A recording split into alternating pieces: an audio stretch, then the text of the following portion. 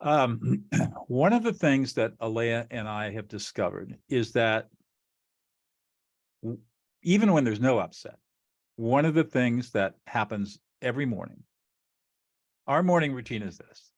We get up, we make coffee, we go outside and we sit in our hot tub, assuming the weather is not crazy like it's been in California the last 2 months. We sit in the hot tub and we watch the sun come up and we talk. And one of the things that we ask each other is, how are you feeling? Now, most of the time, you're just out of bed, you're still kind of half awake, and you really don't, there isn't a lot of emotional stuff going on. But the question causes us to Do an inner look, check-in. do an inner check-in. Am I anxious? Am I excited? Am I happy? Am I content? And it's just that check-in that becomes very important, because here's the thing: we are 98% emotional and only 2% rational. But interestingly, when we started that practice, it initially created anxiety for you It did. because it was doing this check-in with emotions, and people have been trained that we just should always feel good. And if we're not feeling good and somebody asks us how we're feeling, then we start to feel anxiety because of those emotions. And so we immediately get defensive. And so there's a whole repatterning that needs to happen in order to create a safe container so that you can ask people questions, because part of this affect labeling is you never ask questions. Right. So part of the evolution. Part of it too is that when you are not aware of your emotions, you don't have emotional self-awareness. When somebody asks you how you're feeling, you get anxious because you can't answer the question, and you feel incompetent. I don't know what I'm feeling. And then you get defensive. And then you Right. get defensive. So question is, where did the 98.2% come from? That comes from a neuroscientist, MD, a guy by the name of Damasio, who's written a bunch of books. He's now at USC, and Antonio Damasio. And you can find his books on Amazon. And he will talk about this emotions, the somatic body, how memory and self are created. And he's the one that really talks about emotionality. But if you look at other neuroscience research, you'll find that most neuroscientists pretty much agree that everything we do is emotional.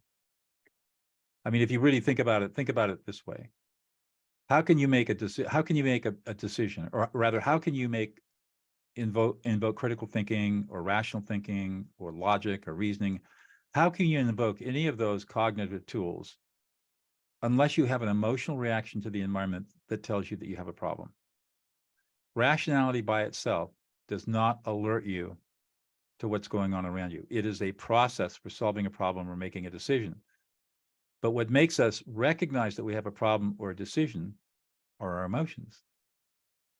Likewise, if you want to get deep into the neuroscience, at the final point where the last two neurons have to click to say yes or no to a decision, the decision is based on this simple algorithmic formula.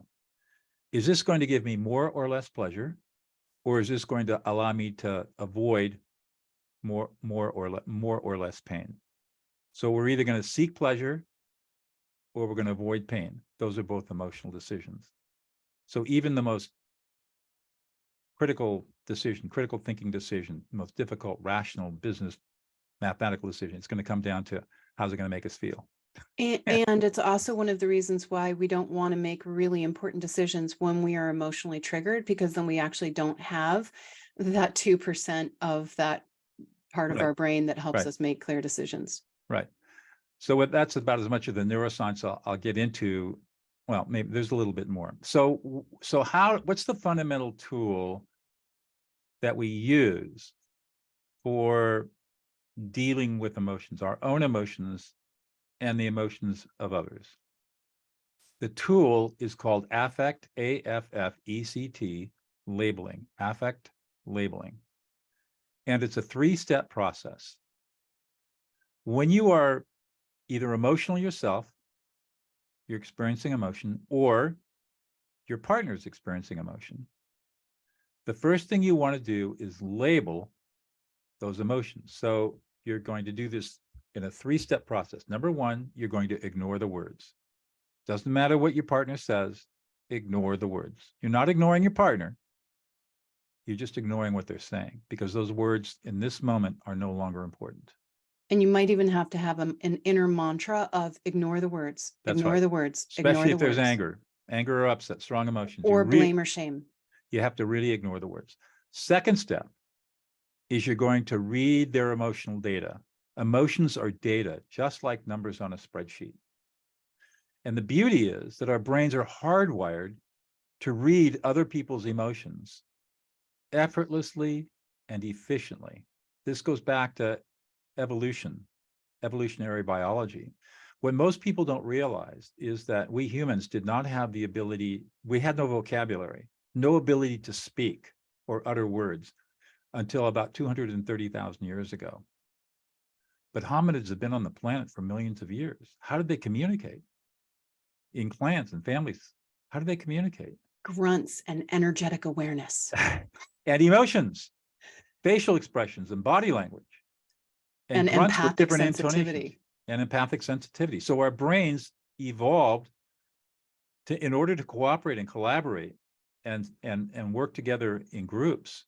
We evolved this really sensitive ability to read what other people were experiencing long before, millions of years before we ever had the ability to speak or utter words. We still have that ability today. The problem is, because of Western culture, which puts a privilege on rationality over emotions, we are taught not to pay attention to emotions. Emotions are bad. Emotions are evil. They're irrational. They make you weak. They make you vulnerable. You can be exploited. You give your power away if you feel You emotion. give your power. That's right. You give your power away. Actually, all of that is completely and totally false. It's the opposite is true. And I'll just stop there, and I'll say the way I learned this was it was a long, hard lesson for me. But for many years, I studied martial arts. I became a second-degree black belt, and then I started studying Tai Chi. And in Tai Chi, as a martial art, there are two paradoxes. The first is the softer you are, the stronger you are. The more vulnerable you are, the more powerful you are. Soft to be strong, vulnerable to be powerful. And so people think that emotions are soft and vulnerable, but they don't realize the Tai Chi paradox, that that's exactly what makes you strong and powerful. And eventually, I understood the paradox, and that's when when I did understand it, that's when I left the practice of law and went back to school and changed course. All right, so we're ignoring the words, we're reading the emotions. The technique for reading the emotions is very simple. All you do is empty your mind, just be really quiet, don't think, try not to think, get thoughts out of your head just for a couple of seconds, and just be in the presence of your upset partner. And all of a sudden, emotions will start flowing into your consciousness. It just happens automatically. And I'm going to give you a tool in a minute that makes it even easier. And then the third step is to reflect back the emotions with a you statement. No I statements, no questions. You're going to say something like, oh, you're really frustrated. You're really angry. And there's a way to do this that we'll get to in just a second. So ignore the words. Read the emotions. Reflect back the emotions with you statement. So Alea, let's do a quick demo. Okay. Give me something that you've had a couple of things going on. You want to talk about one of those? Maybe not. Yeah, do the you're stressed. So like you're gonna affect label me. Yeah.